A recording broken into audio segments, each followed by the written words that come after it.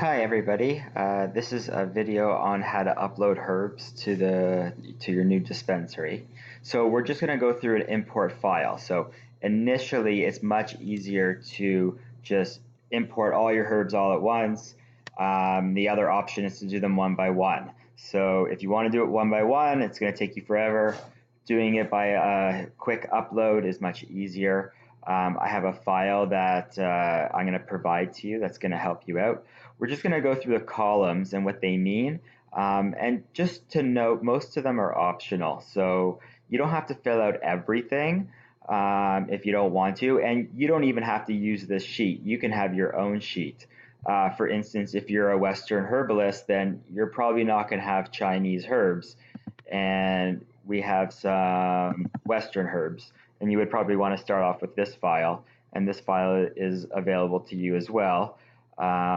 But we'll work on the Chinese granules for this one.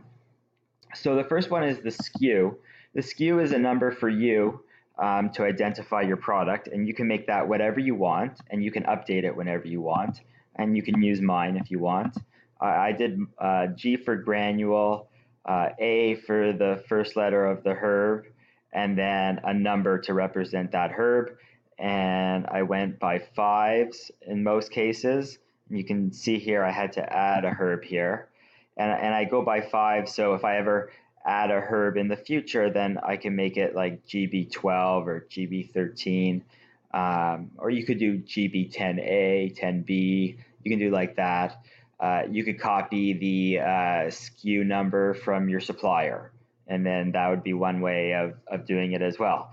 So we also have the English name, the Pinyin name, the Latin name, and the Chinese. And you can just pick one of these names. You can have all of them. We just added Japanese and Korean as well. I suggest having the Latin name because every herb has a Latin name. Maybe not every herb has a Pinyin name, and definitely not every herb has a Chinese character.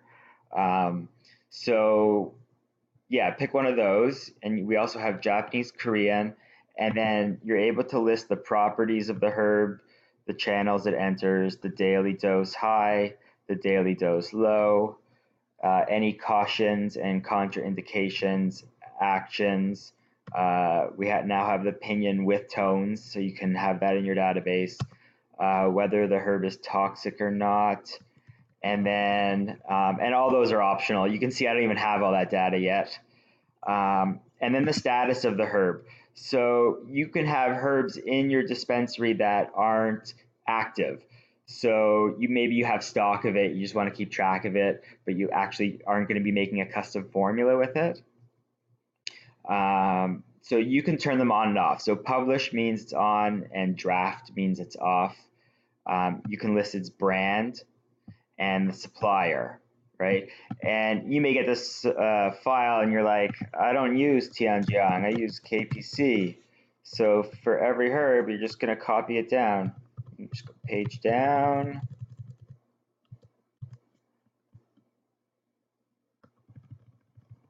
And then copy, and now they're all KPC. And you can go through each one of the herbs. And to make it easy, you can freeze the pane here, like that. Oh, that's it. I did the wrong one.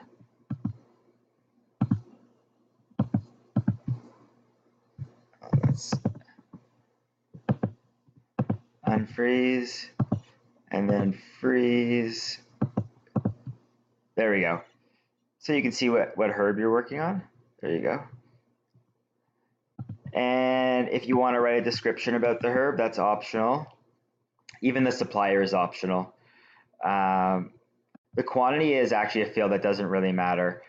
You can leave that blank for now. The reorder level. So the system will warn you when your inventory levels fall below a certain amount. So you can enter any amount for the herbs here. And if it falls below, in this case, 100 grams, then it's going to show up in a report for you to let you know you need to reorder that herb. And you can list its category, which is optional, and then the herb type. So the system supports granules, tinctures, concentrates, and then bulk or raw herbs. So those 4 types. And for each herb type that you offer, you have to upload the herb. So if you have in granule and bulk, then you have to list it twice. So this file is specifically for granules.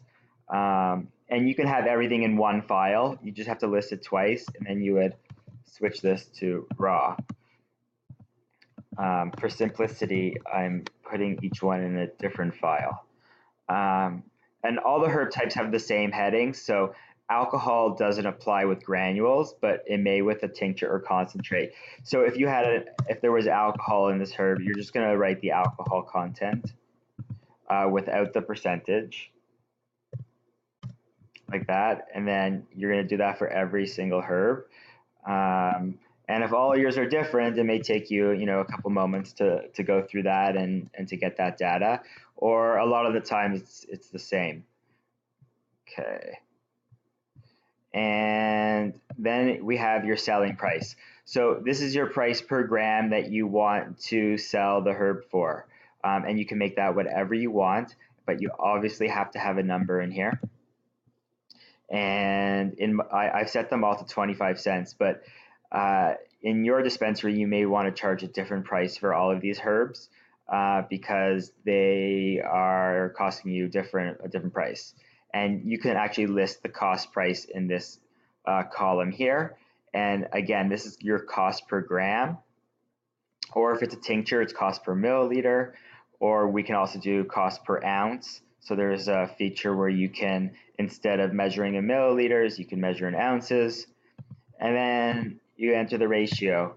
So for now, we just have to enter it as 5, which is a 1:5 ratio, or a 5:1 ratio, depending on which way you put it. But it's going to do the 5 to the raw and to the 1 to the granule. And your ratio may be 10:1. Okay. And then we have something called price slabs. It's kind of a funny name, but the system allows you to tier the pricing. So if someone buys 5 grams, you can charge one price. If someone buys 25 grams, you can charge another price. Not everybody's going to use that, and not everyone's going to care to use that. So if you want to use that, you can set your ranges in the admin. So right now 4 are set up for you. But you can only use, if you want to use just 2, you can use just 2, and you can write your price. So maybe 23 cents, 22 cents.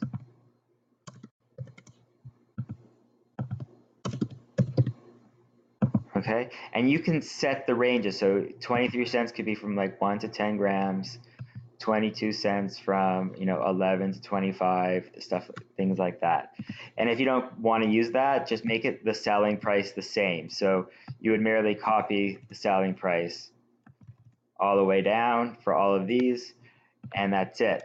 And if you want to go even further, you can enter a URL where a picture is located for that herb, and it's going to upload the picture for that herb. And that's just extra information. So we're going to save this file.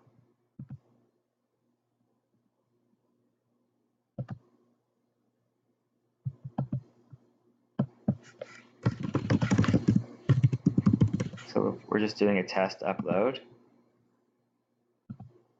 And here's my dispensary. And assuming all that information is correct, you've gone through the supplier, you've updated it. So we have to go to import new herbs. So you just go to import and then import new herbs. So if the herb is not in the system, it's a new herb. Okay, and we're gonna go to our desktop and test upload and review. And if there's a problem, it's gonna show us, but there's actually no problem here. So if there was a problem, it would show up in red.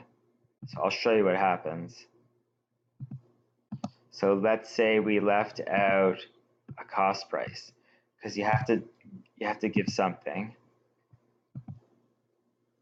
And also, if you put the cost price in there, it's going to tell you your margins on every single herb and every single order. So it's quite incredible. So you definitely want to get that in there at some point, but just to get up and running, you don't need it. So let's pretend that didn't work. Let's just go back and grab that file again. So now it's telling us that those herbs have a problem. And we already know the problem because we don't have the cost price there. And I'll fix that again.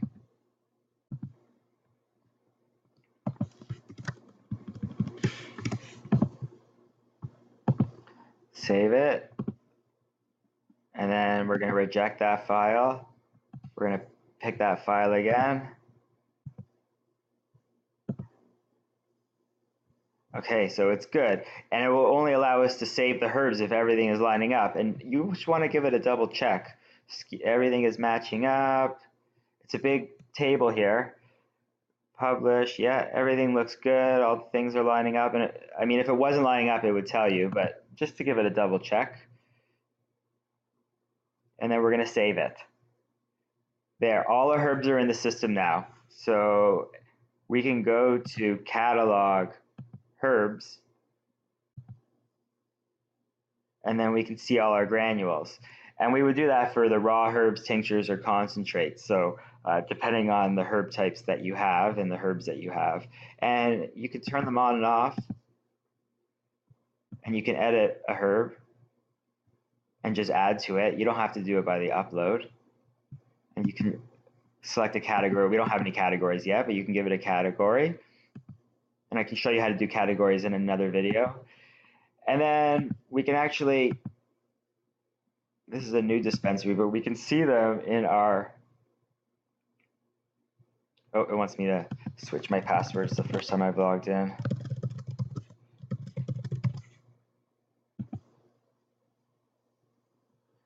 Perfect. And we can go to the herb info page, and then we can see our granules here.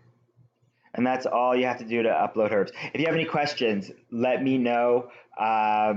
In the setup file here, there's all kinds of information, and it tells you about each header and what it means, if it's optional. If you have any problems uploading it, don't feel like you have to be frustrated. Send me the file. I'll look it over. I'll upload it for you.